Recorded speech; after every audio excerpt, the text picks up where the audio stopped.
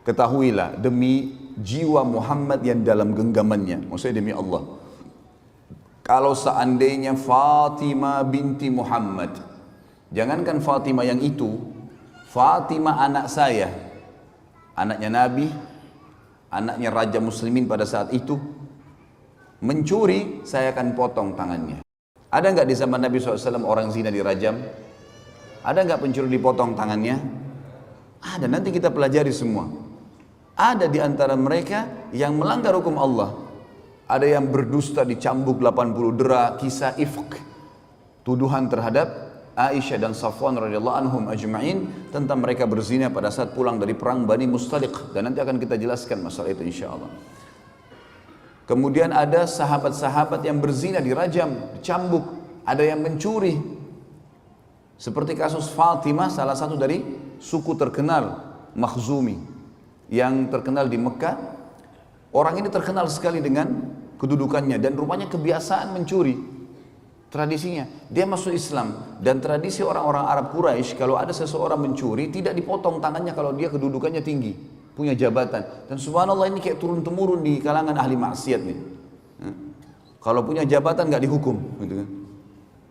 Lalu para sahabat karena baru masuk Islam, mereka berkata, ya Rasulullah, mereka cari dulu siapa ini kira-kira di antara sahabat yang bisa ngelobi Nabi ini supaya orang ini nggak dihukum. Musyawarah satu sama yang lain, ketemu dengan Usama bin Zaid radhiyallahu anhu ajma'in. Dia dengan ayahnya dikenal dengan Hibbin Nabi SAW, kekasih Nabi SAW. Zaid bin Harithah dulu adalah mantan budak Nabi yang dibebasin, Usama anaknya. Usama bin Zaid ini yang dijadikan oleh Nabi SAW panglima perang di umur 17 tahun karena keperkasaan jiwanya, imannya. Lalu Usama disuruh masuk melobi Nabi SAW. Ya Rasulullah, ada seseorang yang terkenal dari Mekah, wanita, punya jabatan, kena hukum mencuri. Kira-kira boleh nggak dipotong tangannya? Apa yang terjadi? Nabi SAW tidak jawab, naik ke atas mimbar, suruh kumpulin semua sahabat. Begitu ngumpul, kata Nabi SAW, telah sampai setelah tahmid dan salawat untuk diri beliau SAW, beliau mengatakan, telah sampai kepada saya, ada seseorang di antara kalian karena punya jabatan yang tinggi atau punya kedudukan di sukunya, mencuri, nggak mau diterapin hukum Allah.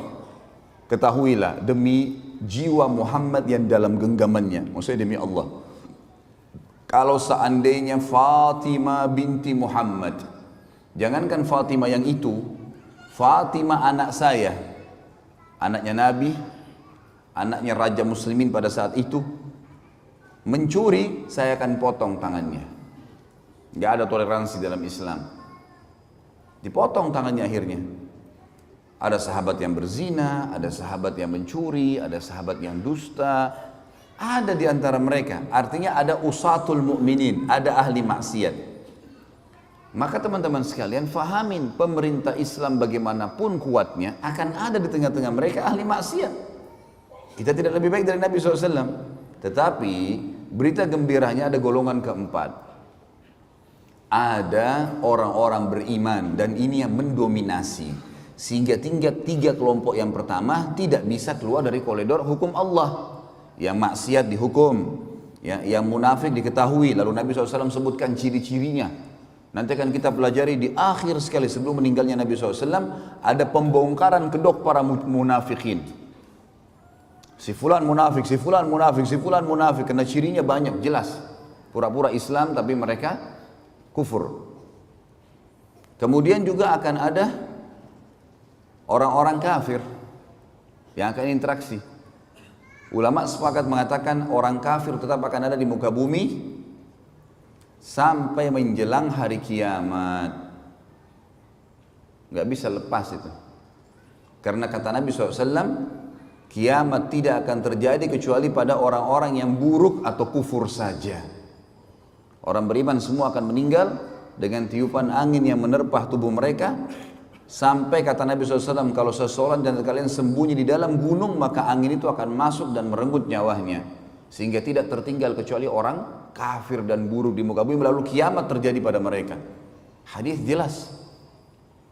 Bagaimanapun antum mendakwai orang kafir, alhamdulillah ada yang masuk Islam misalnya, tapi tetap akan ada mereka. Dan fase mereka berhenti hanya di fase waktu Isa alaihissalam turun membunuh Dajjal.